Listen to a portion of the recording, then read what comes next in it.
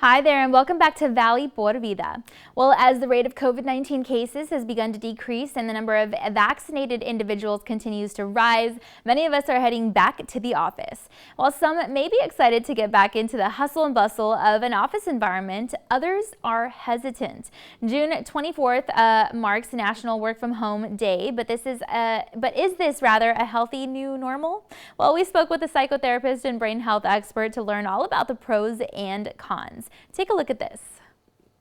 Good morning, everyone. It's Dr. Tara Lynn, and today we're going to talk about the pros and cons of working from home. As most of you know, a lot of people were kind of forced from an office situation about a year and a half ago into a work from home environment, and that has come with some real good benefits and some real problems. So some pros that you may have experienced is less commuting time equals more time at home and with your family, which also can equal more time preparing delicious meals or even eating together, which are some things we might have sacrificed when we worked in an office setting and had large commutes. So that has been a real pro for many people.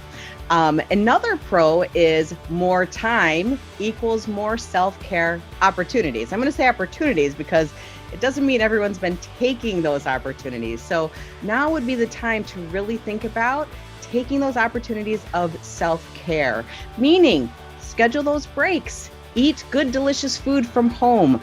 Don't hurry and rush around in the morning. So some cons, though, that some people might be experiencing are a lack of schedule. So my work is very scheduled, hour by hour. I have a schedule. It's kind of made for me, but many people have to have a schedule that they've prepared on their own, and without having to get up as early, maybe they don't take care of things like hygiene has been a problem for many people. Even rolling out of bed and brushing their teeth has become kind of spotty sometimes. So making sure that we roll those opportunities back, get into a schedule of hygiene, sleep-wake patterns, so we don't fall into the pitfall of that con of having a schedule that's a little bit shaky sometimes.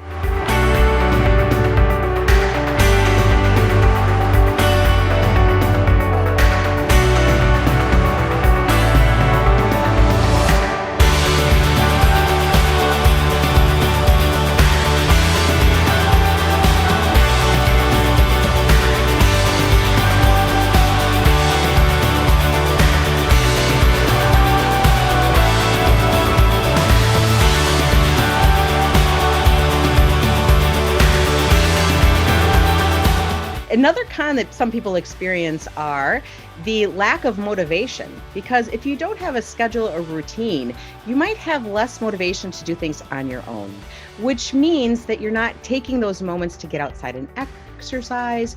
You might not be taking the moments to prepare food and meals and nourish your body. So making sure that you schedule those opportunities throughout the day to engage in those self-care activities, which will improve your mental health. And if you want to, go ahead and create a schedule that works for you, like a morning routine schedule or a lunchtime schedule or an after work schedule. This is what you're going to do. I think complacency is a big part of working from home as well if you don't have a schedule. So working out of complacency and working into a routine. So many of you might have kids that are still doing some homeschooling, and you're trying to balance or manage the entire household, including your work and homeschool. So it's incredibly important. Well, it's summertime right now too. So it's incredibly important to keep your kids on a healthy schedule as well. Sleep-wake patterns are huge, and don't wait until the school year starts to begin a new pattern with your child. Keep it going all year round, because if you're working from home, you also need that type of routine for yourself. So if your kids are off schedule, you're going to find yourself a bit more anxious or stressed out or worried during your work day. So one tip, it's not a small tip, it's kind of a big one, is setting some boundaries around work. right? So many people weren't prepared for this work at home thing, so they didn't even set up proper workspaces. Now we're a year and a half in, and if you're still working from your dining room table, you might consider moving a workspace into a corner of a room and putting like a screen around it, so at the end of the day you can close the door and then not think about work any longer. So boundaries I created for you, they're not created for everyone else to comply. And that's a huge differentiation with boundaries. So a lot of people say, well, I create these boundaries, but nobody follows them. I'm like, well, are you following them? You know, I think other people's jobs are to push your boundaries. It's your job to maintain them. So keeping those boundaries strong, and they don't have to be giant boundaries, maybe just boundaries of, don't knock on my door between certain hours, you know, unless it's a huge problem. Or creating those boundaries for yourself, like shutting your office door at 5 o'clock or turning off your computer, and not thinking things like, well, nobody's home, nobody really cares if I work extra. They do care, and your body cares too. So natural transition times used to occur with things like commuting. So when we would get in our car, we could transition from our home life brain to our work and vice versa. Now that we're working from home, those transition times, they're a little sketchy. So it's important that we trigger our brain and our body to know that this is work, this is home, by creating some transitions. Now, again, I'm talking, you have to create these transitions. So one thing that I've done is I've thought about the natural transition times in my life. And the biggest one was transitioning from work to home at the end of the day. I would literally just slide from my desk to my couch. And I'm like, that's not a transition.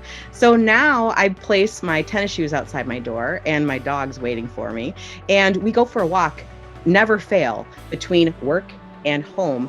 And that gives me a signal, number one, that I can shut my brain off from work. And number two, it gives me some self-care and exercise, and it's a great transition. So transitions occur during natural switching, right? So think about those natural switch times for you and for your kids and create a transition there. So I hope you found these tips valuable, and you can keep them in mind for your mental health and your overall well-being and balance, and also office productivity. If you'd like more information, you can follow me across all social media at Dr. Tara Lynn, or go to drtaralynn.com.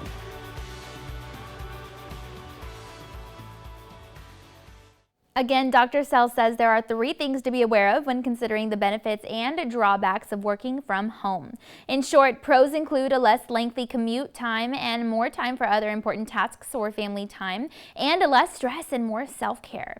And some tips, she says, can help enhance the work from home environment and experience. Well, she says it's a good idea to set apart your workspace from living spaces, create boundaries within work hours and stick to them, and create a transition time to shake off the work day.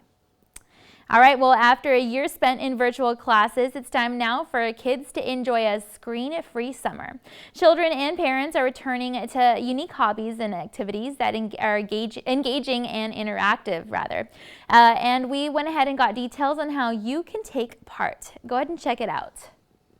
My name is Frank Thiessen. I'm the president and CEO of KVEO of Americas, and we are famous for our slot car race sets and our model kits. So if you're looking for you and your family and your friends for screen-free activities that you can do all together or just the kids on their own, slot car racing is a perfect alternative to everything you normally would do on a screen. It's real action fun. It is slot car racing. It is actually simulating car racing in your home. What we call it is motorsports at home.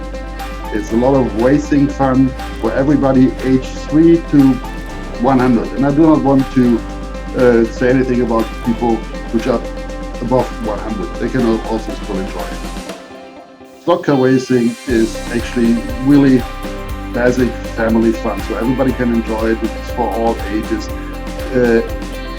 But it's also a skill game, because you have to time yourself, you have to pace yourself, so you have to accelerate your car, you have to brake your car so it's one of the turns so that you do not go flying, which much. Sometimes it's half of the fun, so that you have to chase after your car and put it back on your track.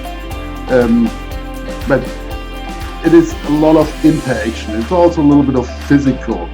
It really is something which can be enjoyed and which actually also can be a family bonding experience. A lot of the older generation, and I include myself in that, we know slot car racing back from its heydays in the 70s, 80s, and we rediscover it now. A lot of people are doing that now together with their kids and their grandkids. And that can actually bring back memories, that can share memories with these kids, and that can actually be engaging, and you can build new memories all together across generations. So if you're looking for any more information on our slot car race sets, just go to carrera-toys.com. There you can see everything we can offer.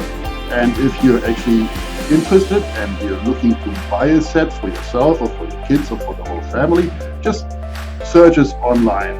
You will find various retailers if it's your small toy shop or hobby shop around the corner, which I always encourage everybody to support these, but also the big mass market retailers or the famous online retailers. There you will find us.